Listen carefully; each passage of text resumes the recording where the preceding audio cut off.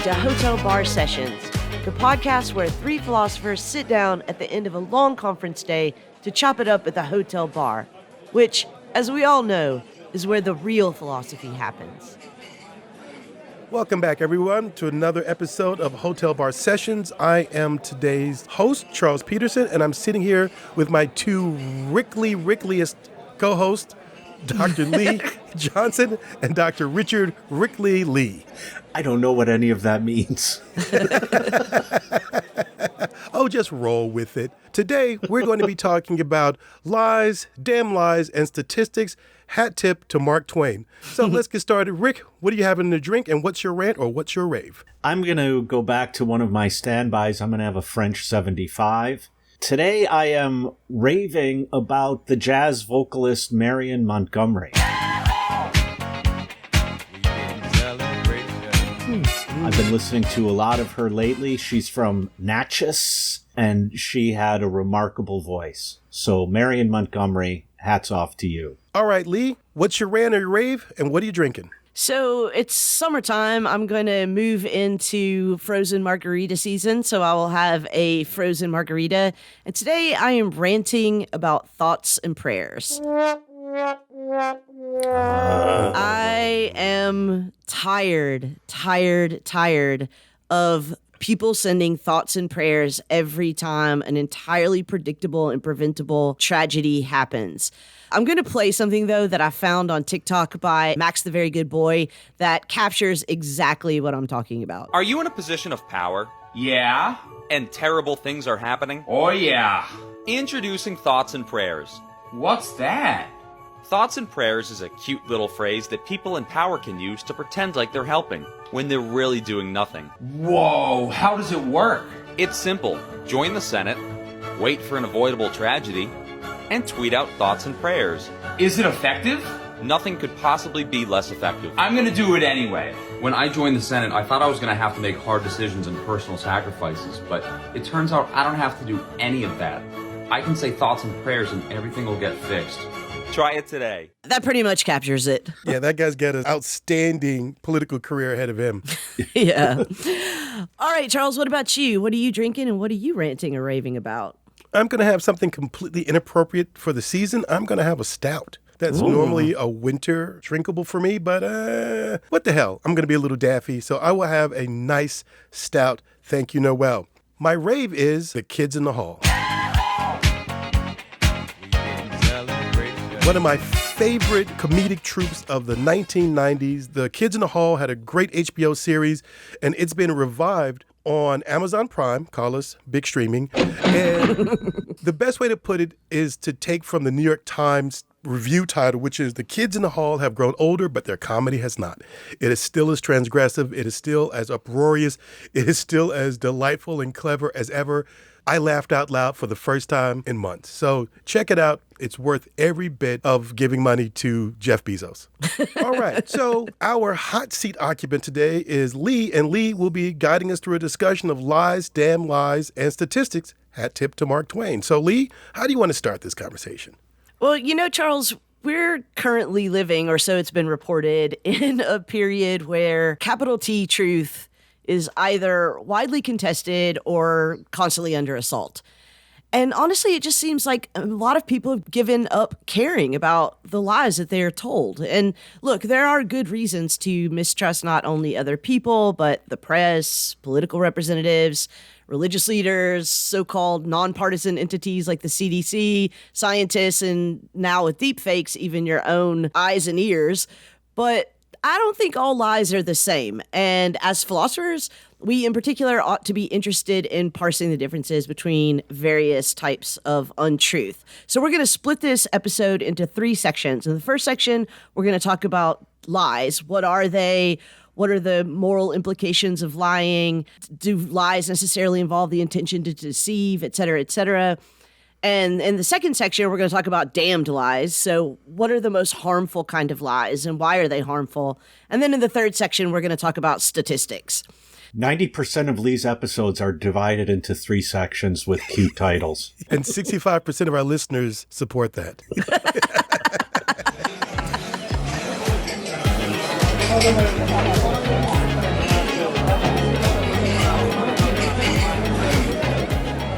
So I'm going to take a stab at outleeing Leigh, and I want to get a foundational definition on the table. So it seems to me if we're going to talk about lies, can we have a rough, broad definition of what we consider to be lies? I mean, nicely done, Charles. I mean, how does that definition feel on you? It looks good on you. I feel renovated. I just saw the cockles of Leigh's cockles get all warm. Yes, they did. All right, so I think that a basic definition of a lie is to say something that you know is not true with the intention of deceiving. And I think the intention part is important. So if I were to tell you something that is untrue, but I believe it to be true, I think that's a mistake, right? I sometimes say to my students, when your biology professor is grading your exams and you get a few questions wrong, it's not like he's saying, liar, liar, liar, So I think that the intention to deceive is really important there.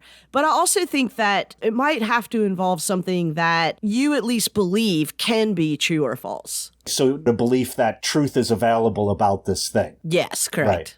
The problem is then we fall into a bit of George Costanza territory here because George Costanza says it's not a lie if you believe it. And I think that's a problem with putting so much emphasis on intentionality in relation to lying.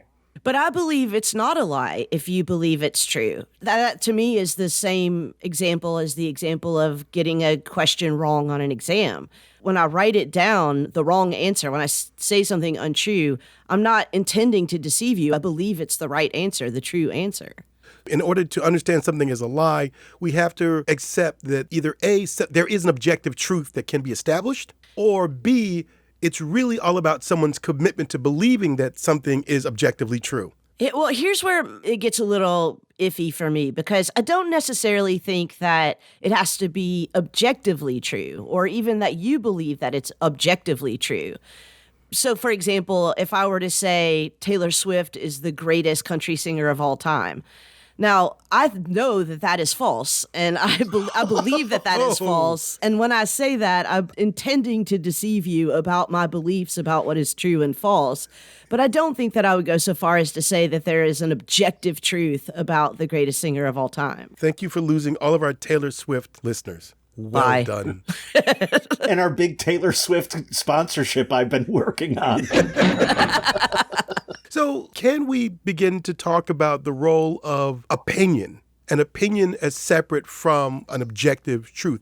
Yeah, so I think that I can lie about even my opinions. I think that Taylor Swift example is a perfect example where if you asked me who is the greatest country singer of all time, and I said Taylor Swift because I don't know, you're a huge Taylor Swift fan, or you work for Taylor Swift, and I thought we might get a podcast sponsorship out of it. Maybe I say that, but I'm intending to deceive you in that. I know the difference between the truth and the lie, in this case, about my own aesthetic judgment. So I don't think it has to be objectively true, but it does seem to me that the person lying, the person intending to deceive, has to know the difference between the truth and the untruth. So basically, a lie is a statement, a belief, or can we extend it to action, that is in conflict with an opinion, a fact that one believes to be the opposite of what one is now stating as the lie. Well, okay, phenomenologically, this is how I would describe what happens when I lie to someone. I have the truth, and you want to know the truth. So you ask me, what is the truth? And instead of giving you the truth, I give you a lie that, in effect, serves as a veil between you, who wants to know the truth, and the truth that I know. And so you take the lie to be the truth. That's what I think phenomenologically happens in a lie. Now, it doesn't necessarily have to be a statement. I think that we can lie with our affects and actions as well. But what is necessary for the intention to deceive to occur is that I know the difference between the truth and the lie that's veiling it. This is an issue that I've heard reporters and editors from the New York Times talk about in relation to Donald Trump when he was president, because they were confronted with this on a daily basis about whether to call what Donald Trump said a lie or not a lie. And they settled on this idea of intention, that if they could show that there was an intention that he lied, then they would say he lied. Otherwise, they would say things like he misstated the facts, he misspoke, something like that. But when I heard some discussions from some really smart reporters and editors, the problem they were pointing to is that what's worse than Donald Trump lying is his complete destruction of truth as a value to begin with. Mm-hmm. Once you can destroy truth as a value, then you can't call someone a liar because there is no truth that I'm now, as you said, Leigh, veiling you from. And so, in a way, maybe the biggest lie, the lie that starts all lies, is there is no truth or the truth is undiscoverable. That reminds me, I don't know if either one of you remember this book, Harry Frankfurt's book on bullshit. Yeah. #1 best-selling philosophy book, early 2000s. And an interesting point that he makes in terms of the difference between a liar and a bullshitter doesn't care about the truth, right? Doesn't matter. They'll just say whatever. But a liar actually has an investment in the truth. That's what motivates their desire to obfuscate or conceal or hide the truth from the person that they're speaking with. Yeah, I think that's an important distinction. And one of the problems with Donald Trump's lies is that often we all had legitimate reason to think not only does he not care about the difference between the truth and a lie, so maybe he's a bullshitter, but he very often doesn't know the difference between a truth and a lie, right? He's just shooting from the hip. And there might be a case to be made that the office of the president is different than the person who is speaking from that office. Whether or not Donald Trump himself knew that X was a lie, the office of the president knew or should have known, right? And so speaking in that official capacity, it still seems to me that you can make a case that he's lying. This is part of the thesis of Hannah Arendt in relation to totalitarianism, precisely this issue that there is a tearing down of truth as a value, so that maybe to make a modification on the Costanza-ism, I think Trump's position is, if you believe it enough, then it becomes true. In that case, then, it becomes really difficult to say, wait, that's a lie, because then the next step is to undercut, and this the office of the president did, so I agree with you, Leigh, to undercut any possible criteria for what would count as true or a path to uncovering the truth. Yeah, and this was the great contribution, I think, of Stephen Colbert's notion of truthiness, right? As he was like, it's not something that I know or believe, it's something that I feel. And feelings aren't true or false. The gut has 10 times more nerve endings than the brain. Well, if I might get a little current, we're recording this days after a school shooting. Now, the sad part of that is when I say if I could get a little current, this probably could have been 2 weeks ago or 6 weeks ago. Or 2 weeks in the future or 6 weeks in the future. Exactly. Yeah. This one happened in Texas, and when the governor of Texas was asked about gun laws, he immediately pointed to Chicago. He said, look, Chicago has more stringent gun laws than we have here, and more people are shot on a weekend in Chicago than were shot in any school shooting in Texas. And our governor, J.B. Pritzker, called him a liar. And I'm not sure it was exactly a lie, but what Pritzker pointed out as the lie was that the guns that are in Chicago come from states that have lax gun laws, like Texas, like Indiana, which is right next door, and other states nearby.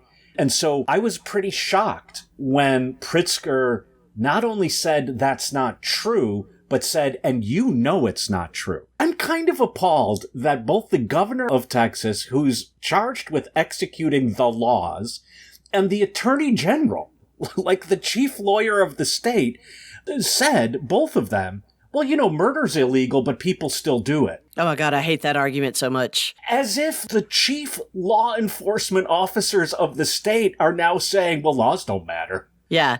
I That's hate a that lie. argument so much. Yeah. When people say we can't make this regulation because people will break it. And I'm like, well, then there's no point in making any laws about Right, exactly. anything. That's the nature of a law because, people will violate this moral precept. We want to deter them from doing that.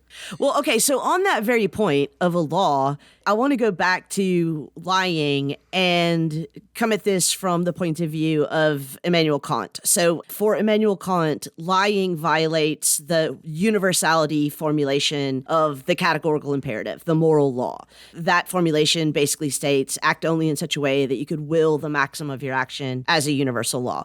Now, for Kant, lying is always going to be not only immoral, but irrational, because if I were to will the maximum of my action when I'm lying, as a universal law, everyone ought to lie, or everyone ought to lie when they have good reasons to, or whatever. Basically, I'd be willing a world in which truth makes no sense, that there's no distinction between truth and lying. I think this is the point that both of you were getting at earlier in our discussion of truthiness and the evacuation of truth from its proper place of import. So we do have this tradition that says the only way to make the world such that rational beings can operate in it, socially, politically, morally, interpersonally, etc., is by proscribing lying. Yeah, and then we should probably say right away that a famous counter argument that has been launched against that is I'm living in Germany under the National Socialist regime. My neighbors are Jewish. They ask me to hide them. The Nazis come to the door and say, do you have any Jewish people living here? And on Kant's account, I have to say, why, yes, I do. Here they are. So then the question is that really the moral thing to do, to tell the truth in that moment, or is lying at that moment the actual moral thing to do? I mean, if I could, I think that a lot of people get this wrong about Kant because, he wrote this essay on the supposed right to lie for moral reasons. And so he uses this not this exact example because, of course, the Nazis hadn't come about yet, but there's an axe murderer at your door and he knocks on the door, he asks if your friend's there. Kant's argument is that it may be the case that I have good prudential reasons to lie to the axe murderer, but those are non-moral reasons. Right. And just because they're good prudential reasons to lie in some case, and just because something good comes out of it, doesn't mean that I have a moral right to lie, that I would universalize that as a maxim for everyone. And this I find to be a almost entirely persuasive argument. And when I say almost, I mean, that's because I'm not convinced by the counter argument. Because I think that, sure, if a Nazi came to my door and said, are there any Jews in your house? I would say no, but I would not then raise my children and say, you know what you ought to do? You ought to lie. And there's no way to raise children to say you ought to lie in these particular circumstances because these particular consequences will result from those lies because none of us can see the future. That's a totally irrational way to formulate moral laws. So I personally find the utilitarian argument for lying unpersuasive. That said, I lie all the time not all the time. I lie a lot in my life. Not a lot. Okay, I lie in my life for prudential reasons. Now I don't believe you at all. And by the way, both of you guys look fantastic today. Still don't believe you. So what I find persuasive about the argument is not that it shows that Kant is wrong on whether or not lying is moral. I think where it puts pressure on Kant's philosophy is on the distinction that he makes, for example, in the groundwork of the metaphysics of morals that you were just pointing out, the strict distinction between prudence and morality. And it's also the case that in our actual lives, we often find ourselves in situations where we're confronted with a conflict of duties. And that, to me, is just evidently true. But that's not the place to be doing, on Kant's account, that's not the place to be doing moral theory. Right. The problem with going down the sort of argument that, well, in the case of the Nazis, it's okay to lie, and so let's not make lying as such immoral, because in that case it's moral. I think the problem with that is then even Donald Trump would say that when I'm lying, it's prudential and therefore it's okay. And so I see the problem with opening the door once you open the door, you have to let everyone in. This is where I think a lot of people in the snapshot versions that you get of this conflict between deontology and utilitarianism are wrong to say that when a Nazi comes to your door, you should lie to them and therefore lying is moral. I think even if a Nazi came to your door and you lied to them to save someone's life, you would not explain what happened as therefore lying is moral. You would explain what happened as saving someone's life is more important than telling the truth. To bring this back to where we started, one of the things that Kant's position on lying brings to the fore is, on the one hand, we could say, if we're not going to be full-blown Kantians. The only kind of Kantian to be. Right. You can't half-ass it. You can't half-ass Kantianism. No. I'm a little I'm Kantish. He's Kant curious. But if we're not going to go completely with Kant all the way, what I think is really important to take away from Kant is, to use the phrase I've been using over and over again, truth is a value. And if truth is a value, then we have a duty toward it. Can that duty come into conflict with other duties? Leigh, I agree 100% with you that our duties do come into conflict, and then this is a moment where judgment has to take place. And so I really like, Leigh, you're pointing out in the example we've been discussing, the claim is never lying is moral.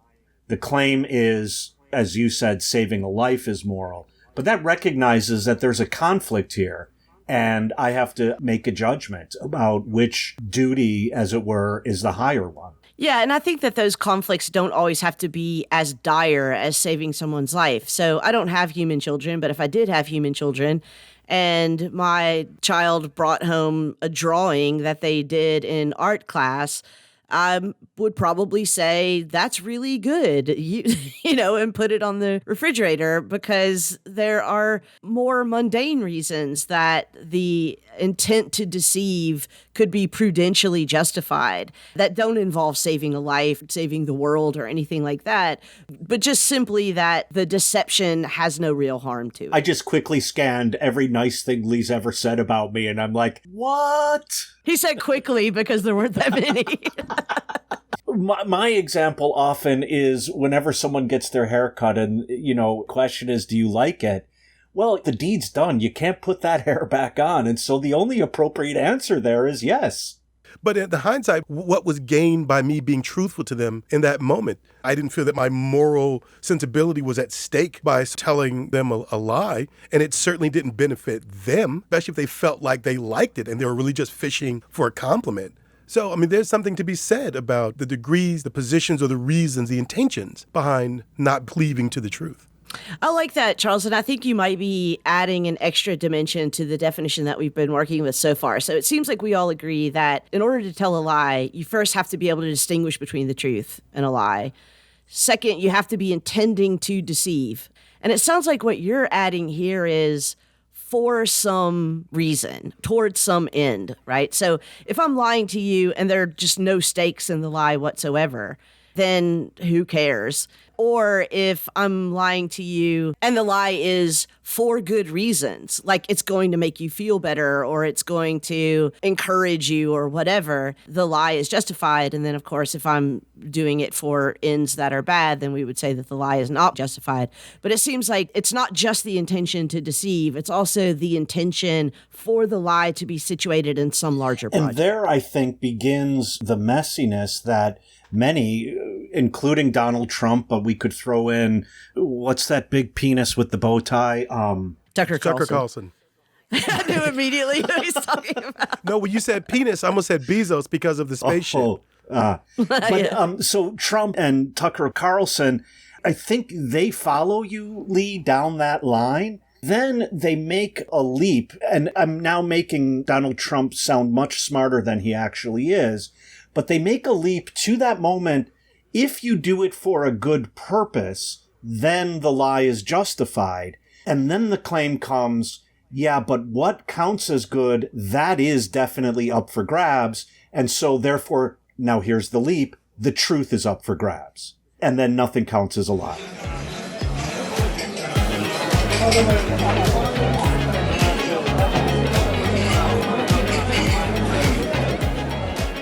Hey, listeners, before we have too many drinks and it slips my mind, if you can't catch us at the Hotel Bar, you can catch us on Twitter at Hotel Bar Podcast. You can also follow our HBS hosts individually on Twitter to catch their off-air thoughts. You can follow Charles at C_F Peterson. And Peterson is with an O, not an E. O, not an E. Rick is at Rick Leigh Philos. That's Rick Leigh with 2 E's and Philos spelled like half of the word philosophy. And Leigh is at Dr. Leigh M. Johnson. The doctor's abbreviated, and Leigh spelled Leigh. Now, back to our conversation.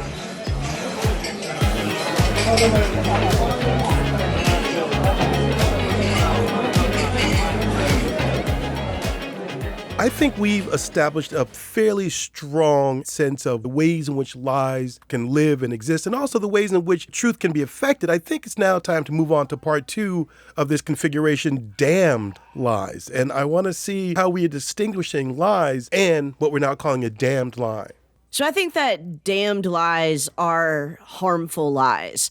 And I think the more harmful they are, the more damnable they are. There are obvious ways in which I could lie to either of you and only harm either of you.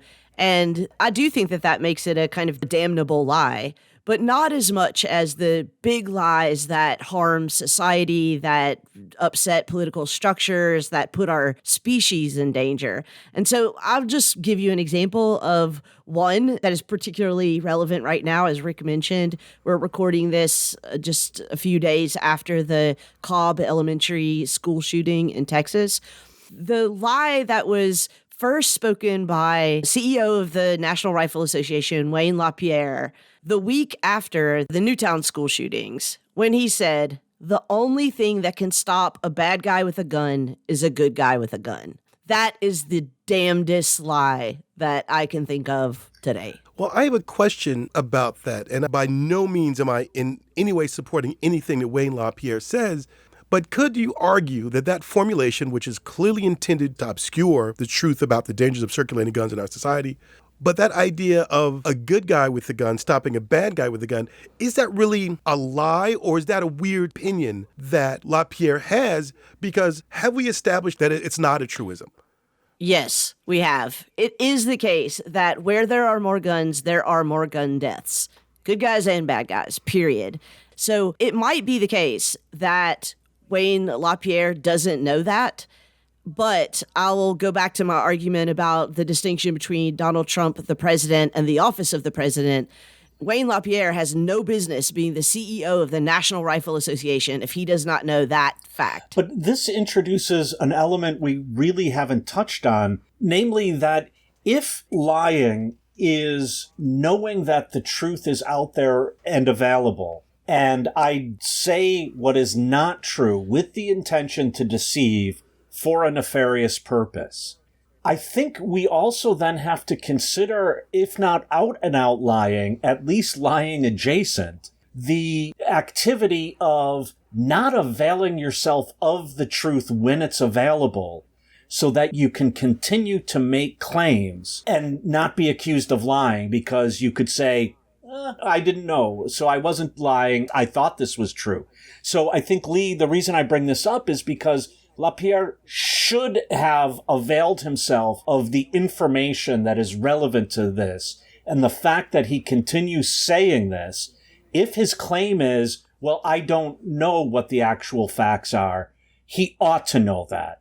In a way, he's using that willful ignorance as a legitimation of a lie. So that opens up an interesting avenue for me, which is what are the qualities that facilitate the damned lie? Can we begin to think about what are those qualities that allow for the damned lie to exist and get up and start running around the world? One thing might be a kind of believable ignorance about the truth. So an example I'm going to use now is a lot of the COVID misinformation that got spread at the beginning of the pandemic. Well, I don't know why I'm saying at the beginning of the pandemic. It's still being spread. There's a lot of things that we don't know. There's a lot of things we still don't know. We can't possibly know now what the long-term effects of vaccines are going to be. We can't possibly know now in the long term how effective masks were, how effective isolation protocols were, how effective even closing down the border for a few months was. So I think there we could say there's a plausible deniability that people can claim. Nevertheless, working with the information that we do have, there were a lot of things out there that I'd be 100% comfortable calling a lie. A similar example, the PBS series Frontline, they did a 3-part series on the role of big oil in United States society, government, and economy. I believe the second episode in that series was all about the ways in which the oil companies got together the moment that the human involvement in climate change was becoming obvious to scientists in order to find any scientist at all who will say either there's no connection between human actions and climate change, or, and this was their ultimate tactic, well, there's a lot of uncertainty here and nobody can know what's what, and let's not make drastic laws and so on. But they knew humans are having an impact on the global climate for the worse. And from their perspective, it was a lie. There was a really interesting moment in this where they got some of the ad executives and people from the marketing companies who were going out, finding these scientists and writing press releases, and to see this one guy caught in his own lie. It was almost literally a humana moment. Yeah. And I was like, you are a damned liar. That was my exact thought. You are a damned liar. There are gauges that we have for this. I mean, I frequently get frustrated when people say, well, scientists disagree about climate change, because I don't know what they're talking about when they talk about scientists. I mean, in any given year, there are thousands of peer-reviewed papers published in respectable scientific journals that confirm that humans contribute to climate change. And there are 0 peer-reviewed scientific journals that publish papers that disconfirm that.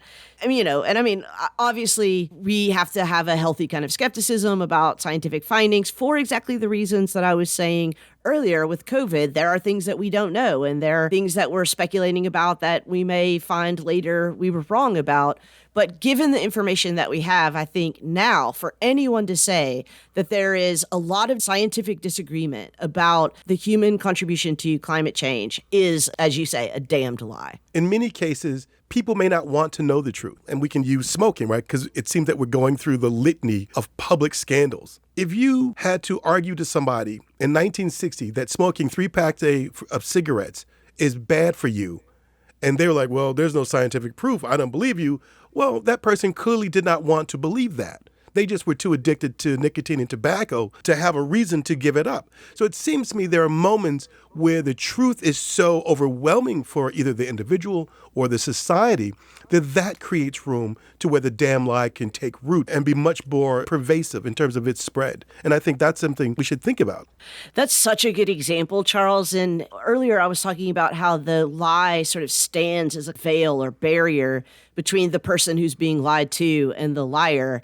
And sometimes with damned lies, that veil becomes so thick, right? Or that barrier becomes so impenetrable that despite the fact that the lie itself, if examined for even a half a second, is obviously untrue, it becomes hard to see past the lie. The example I'll give here is if wages rise, then prices also have to rise. Here's a basic fundamental principle of capitalism that people take to be true. It must be the case that if we raise wages, then we have to raise prices. And every single semester when I teach Marx and we talk about what surplus value is, what the difference between the cost of producing an item and what you can sell it for, the retail price and the production price, everything in between is surplus value, profit. And if you increase the production cost, that doesn't necessarily mean that you have to raise the retail price. It just means that there'll be less profit, which, yeah, okay, if you're a small business just struggling to get by, maybe that means you go under. But when people talk about Amazon raising its prices or Kroger raising its prices or Shell Oil raising its prices, those people aren't going to go under because they raise their wages, right? They're just going to make, a few $1 billion less in profit than they made before. And for the small businesses, if you are going to go under, if you don't pay your employees a living wage, then we all have good reasons to say you shouldn't be in business in the first place, right? Like, you're basically a plantation. Basically, Leigh, capitalism is a damned lie. Is a damned lie. Thank you. I don't know if we've ever mentioned that before on this, but I would like to go on the record as saying capitalism is a damned lie, and it involves a whole army of little lies. It tells us lies about human nature. It tells us lies about society. It tells us lies about politics, and it tells us lies about morality. But it is the air that we breathe, and it is very hard to step away from it, hold your nose for a second, and look at it. Well, and Marx, when looking at surplus value, tells the truth, and the truth is relatively simple, just following up from everything Leigh just said. Namely, you are working part of your day for nothing. You are donating your labor to capital, yet you're still working. So you're not getting paid for a big chunk of the time that you're working. That's the truth. Notice, though, companies will say in their advertising campaigns, well, we pass the savings on to you. Maybe they do, but that also allows them to then say in times when there's rising wages, well, we also pass the costs on to you. As we're talking about this, I'm realizing that I might need to backtrack a little bit from my earlier definition of lying, or at least make this distinction between lies and damned lies. Because it does seem like in damned lies, as we're talking about them, lies that are societal, maybe, or widespread, that the perpetuation of the damn lie often includes it being repeated by a lot of people who aren't intending to deceive anyone. Even if they know it's not true, aren't trying to deceive anyone. And what's interesting in relation to Marx and in relation to capitalism is that in, for example, Capital, Marx is never blaming an individual capitalist. And even though the capitalist is lying, who gets the most blame? The people he calls bourgeois political economists. And why? Because they ought to know better. They're the ones in the position to analyze the economy and so on. And so they're the ones who are lying because they ought to know better. It seems to me, and this is following up on Leigh's point, that a definition of the damn lie versus the lie is that a damn lie is a lie with externalities. That sort of economic idea of a third party bearing the cost of the actions of a corporation. That's what a damn lie is. Someone else has to pay the price for that lie. Well, that's interesting. Then maybe I want to ask both of you about the interpersonal dimensions of lying, because it also seems like a lie hurts the worst when it's told by someone the closest to you, when it's told by someone you trust. So it doesn't have to involve these like society-wide effect or large corporations or governmental entities spreading damned lies. But in our actual interpersonal experience, it seems like the most damnable lies are the ones that come from the people closest to you. I think what going to the personal level exposes maybe even about lies in general that we haven't looked at. And this might be at the heart of your distinction, Leigh, between the president and the office of the president, that when a friend lies to me, this is on the basis of an almost unquestioned, almost rock solid foundation of fundamental trust at the deepest level.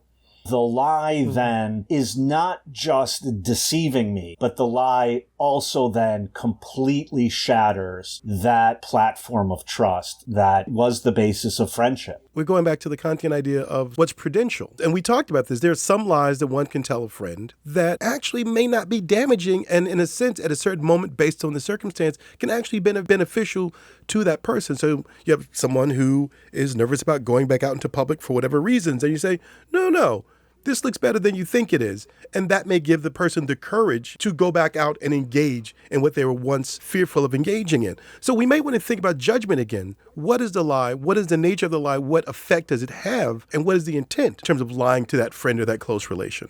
I mean, that's interesting because, Rick said that one of the things about being lied to by someone you trust is that it shatters the relationship completely. And of course, most times it doesn't shatter it completely. When we're in that one-on-one interpersonal relationship, it hurts and it does some damage, but there's the possibility that it can be mended. There's a possibility that I can say, I made a bad judgment there. I shouldn't have lied. I'm sorry. And there's the possibility that you can say, I forgive you. We need to reevaluate, our relationship and work forward. So I think that those possibilities are still open in that one-on-one or small group environment. That is not available in what we were earlier calling damned lies, these society-wide lies, because there's no one liar. There's no one person to say they're sorry. There's no one person to say, actually, this was the truth. There's no one person who can forgive you for lying or can call you out on lying because the lie is so dispersed. It's so system-wide that's what makes it damnable. So 2 things. One is I want to actually insist on what I said. I think that the lie does shatter the friendship. That doesn't mean that it can't be rebuilt, but I think that it's not going to be the same friendship. It'll be a different friendship. It could be every bit as strong or close, but I think the lie does shatter what was. And whether it can be built again is a different story. I think for me, and maybe this in the end gets to a quibble with words, but I think something's a damn lie much more if I can point to the liar. I think what I would point to and say that's a damned lie is based on the consequences of it. Not on whether the whole society or social structures are doing the lying, but what is the impact of the lie? So to say that humans have no impact on climate change is a catastrophic lie. It's of global import. Capitalism is a catastrophic lie.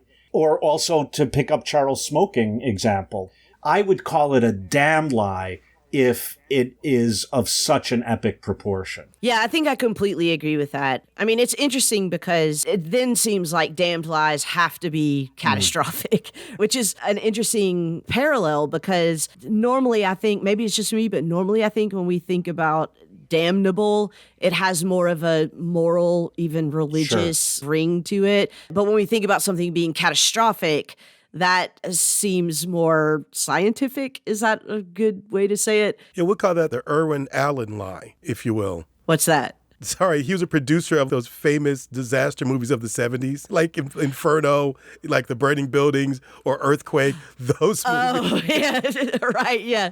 That's a good one. An Irwin Allen lie. It's interesting that rarely outside of a court of law is lying a punishable offense. And so we have corporations that can tell these catastrophic Irwin Allen lies.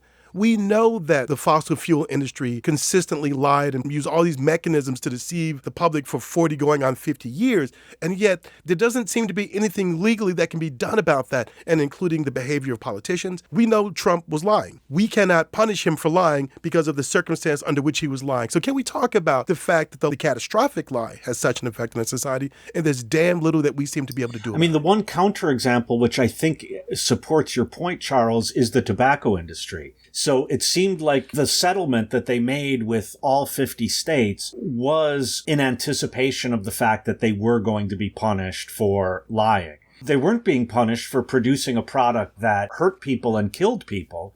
They were being punished for knowingly producing a product that hurt people and killed people and not telling the people. But since that's such a rare example, I think you're right that it is almost never a punishable offense. And I know I raised this example on the podcast before, but in the old Ally McBeal show, there was a guy, I forget his character's name. He was one of the main guys in the law firm, but he would do something to hurt someone or even lie to people. And then when it was pointed out, he would just say, oh, bygones. It's interesting when we think about how lies are punished outside of the courtroom, outside of being charged with perjury and being fined or having to spend time in jail.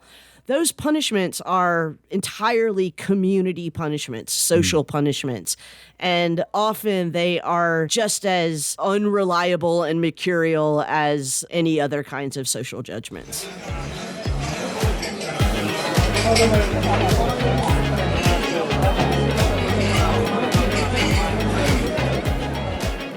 Hey, we couldn't hear you while you were shouting into your headphones. So if you have feedback or suggestions for future topics, or if you just want to pick a fight with one of our co-hosts, or in fact all of us, just visit us at www.hotelbarpodcast.com and click on the interactive page. If you want to belly up to the bar with us, at least virtually, you can always email an audio clip, keep it under 2 minutes please, to hotelbarpodcast@gmail.com. If it's interesting, we're going to steal it from you. If it's not, we'll send you our Venmo handles and you can virtually buy us a drink.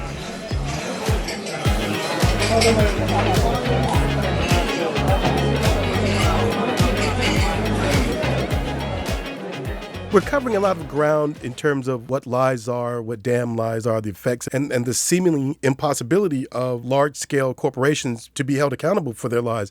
But it seems to me that we've entered a dangerous point here in the United States where the time-honored forms of objective truth are now being rejected. And what I'm saying is I think statistics now, where once they were seen as valuable sources of truth, now are coming into ill repute or disrepute. So how can we think about statistics along this continuum of lies, damn lies, catastrophic lies, and now statistics? Well, it is interesting that Mark Twain includes statistics as one of the three kinds of lies. It's an odd choice until you start looking at the way statistics are used, the pull that they have on us when we're trying to judge whether or not something is true or not. I want to give an example again here of a way that statistics are used to lie. So we are currently in the midst of who knows what wave of COVID, 4th, 5th, 6th, no way to really tell. But about a month ago from when we're recording this, so late April, the CDC decided they were going to start measuring the risk of communities, not by transmission rate, but by hospitalization rates. Basically, not how at risk are you for getting COVID or spreading COVID, but really just, how many hospital beds are there left? And overnight, the map of high-risk areas in the United States went from red to green. Now, this is a incredibly unuseful map that is based on entirely true statistics. I mean, what they're measuring is hospitalization capacities and whether or not a community is at risk of overwhelming their hospitals. The problem here is the way the CDC has narrated this image, this chart, and these statistics as it's been putting this information out is still in the narrative of risk assessment. And these statistics are not useful in determining your personal or your community risk assessment. By the time your risk or your community's risk is very high and the hospitals start to be overwhelmed, these stats are totally useless. And the stats that we actually did need, that we were using about transmission and positive cases, we're not even looking at anymore. So I think that statistics are another way of lying. And I think that we've seen this over the last 6 to 8 months from the CDC, is the CDC is trying to find any statistics that it can find to let the economy be as open as it can possibly be. What I think is interesting about statistics is that as a field, it developed in response to a terrain in which there is a truth out there, but either because of its complexity or the massness of it or variables that we can't calculate, we can't get directly to that truth. And so statistics are a way to get a kind of approximation, get a picture of this truth that we can't otherwise discover.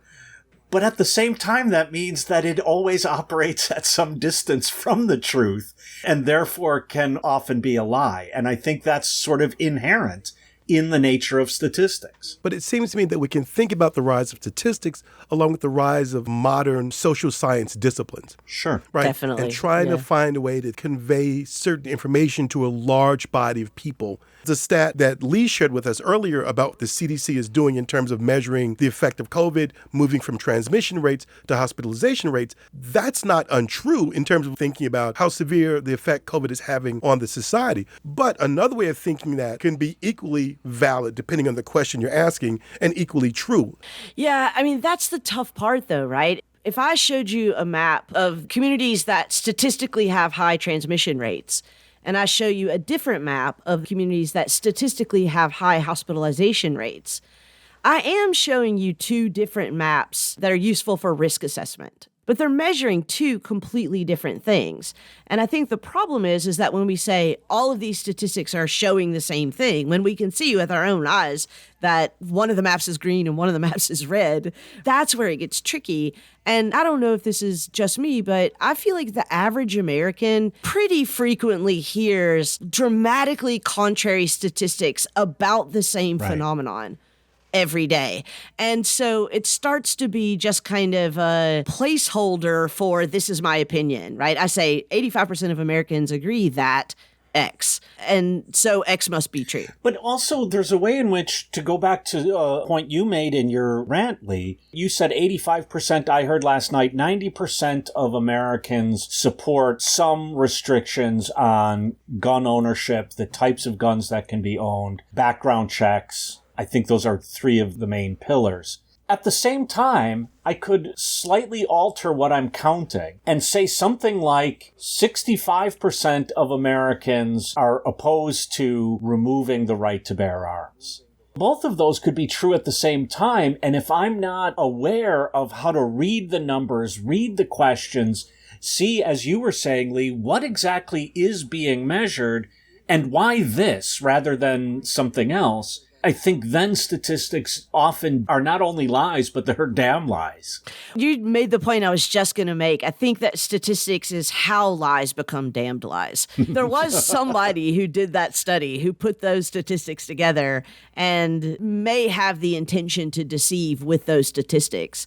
But they become damned lies, society-wide lies, when they get spread as a larger narrative that is forwarding some project that, as Rick said in the second segment, has catastrophic consequences. The green map, and I think as much of a damn lie as statistics are, the visualization aids are even more liars. But the green map gives us a green light and go out and rip off those masks. The damned pie charts.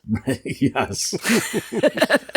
This brings us back to an earlier point, and I agree statistics can be lies and can lead to Irwin Allen lies. I agree with that completely. I'm not sure inherently statistics are lies. I think there may just be limited ways of getting at the truth. But in specifically the case of COVID spread and whether or not to mask and whatever policies, there's a willful ignorance on the part of many in the population. There are a lot of people who are just tired and frustrated and exhausted by the various policies and who are more than happy to believe whatever stats or whatever numbers or whatever visualizations that the CDC put out there for them because they just want an excuse to go back to what they already want to do. Yeah, and I mean, if I'm not mistaken, I'm pretty sure that is the exact context in which Mark Twain decided to include statistics. We use statistics as a way of forwarding some project for which the lie needs to be lended credence.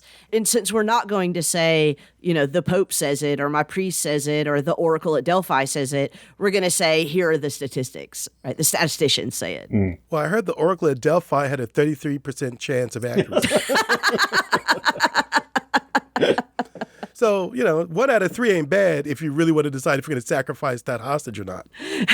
But if I could get back to Rick's point earlier about statistics requiring too much work on the part of the person reading the statistics in order to interpret them, I do think this is a real problem. And sorry to keep pounding on this CDC map, but if I put out a map that says community transmission statistics, and the map is colored according to hospitalization statistics. So you look at that and you say 80% of the country is not currently in a high transmission area.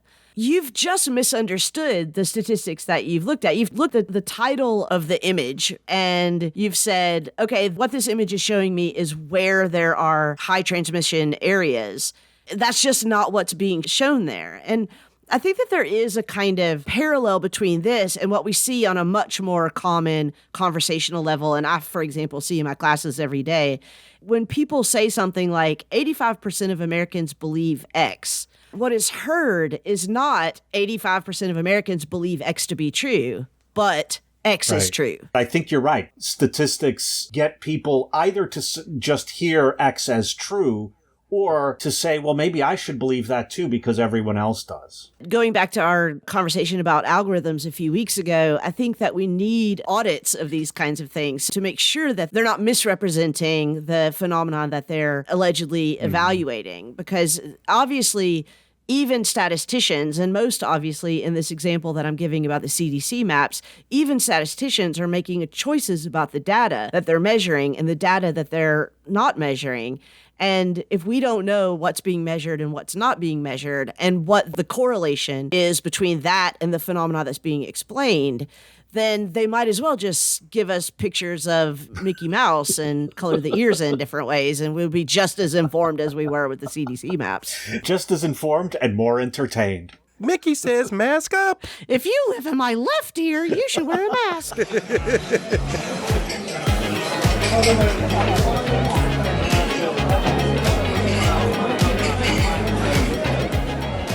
Well, we've made another trip around the podcast sun here at Hotel Bar Sessions, and this episode is our last of Season 4. As usual, we're going to take a short break to detox, but Charles, Rick, and I will be back in 2 weeks with Season 5. And we've got a great lineup of topics and guests for next season, so please be sure to tune back in when we return. In the meantime, check out our Afterthought series on Hotel Bar Sessions' YouTube channel. Give us a rating and a comment on whatever podcast streaming service you use, and be sure to follow us and interact with us on Twitter and Facebook. On behalf of all three of us here at the Hotel Bar, thank you so much for listening. Cheers, y'all.